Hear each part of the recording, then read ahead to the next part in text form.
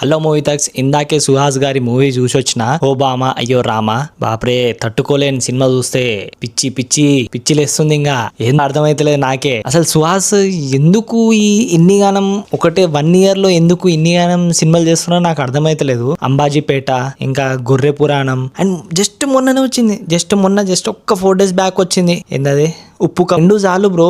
1 year 2 చాలు movies, అంతే మించి వద్దు. పోనీ 1 year ఒకటైనా మొత్తం అంతా వేస్ట్ చేసుకుంటున్నాడు. ఆయన హీరోలాగా చాలా మంచిగా పనికి వస్తాడు అది అని చెప్పి. అట్లాంటప్పుడు అంత పెద్ద ఆల్రెడీ అప్పటికి కలర్ ఫోటో చేసిండు. కలర్ ఫోటో అయితే నా ఫేవరెట్ మూవీ అనుకోండి. సో కలర్ ఫోటో చేసిండు ఆల్రెడీ హీరో లాగా. మరి ఆయనని సైడ్ క్యారెక్టర్ లాగా పెట్టి ఏం చేయాలి ఇక? నేను అంత దరిద్రపు కొట్టు సిచ్యువేషన్ లో ఉన్నా. నేను గూగుల్లో సుహాస్ అని టైప్ చేసి మూవీ కదంకి విశ్వక్సేన్ ఆయన లెక్క అయిపోతాయేమో ఈయన సినిమాలు కూడా అనిపిస్తుంది. ఎందుకంటే ఈయనకు మంచి పొటెన్షియల్ ఉంది, మంచిగా యూజ్ చేసుకోవచ్చు. కానీ ఈయన ఎందుకు అన్ని సినిమాలు నేనే చేయాలన్న ఆతృతతో చేసేస్తున్నాడు, అన్ని స్టోరీస్ నేనే సెలెక్ట్ చేసుకోవాలి, అన్ని చేయాలి నేను అని చెప్పి చేస్తున్నాడో నాకు అర్థమైతలేదు. తమిళ ఇండస్ట్రీకి అయితే ఇంకెందుకు వెళ్తున్నాడో నాకు అసలుకే అర్థం కాలేదు. ఒకటి బాగుంది ఏంటంటే రదన్ మ్యూజిక్, రదన్ అదే మన అర్జున్ రెడ్డి ఆ మ్యూజిక్ డైరెక్టర్ జస్ట్ ఓకేష్, అంతే.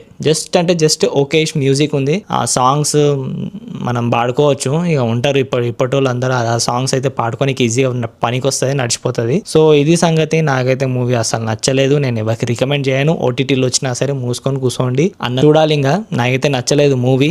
మీకు ఒకవేళ పోవాలని ఇంట్రెస్ట్ ఉన్నా సరే పోకండి. దీని బదులు వేరే సూపర్ మ్యాన్ ఆ మూవీస్ వచ్చినాయి కదా, అవి పోండి. So yeah, that's the review of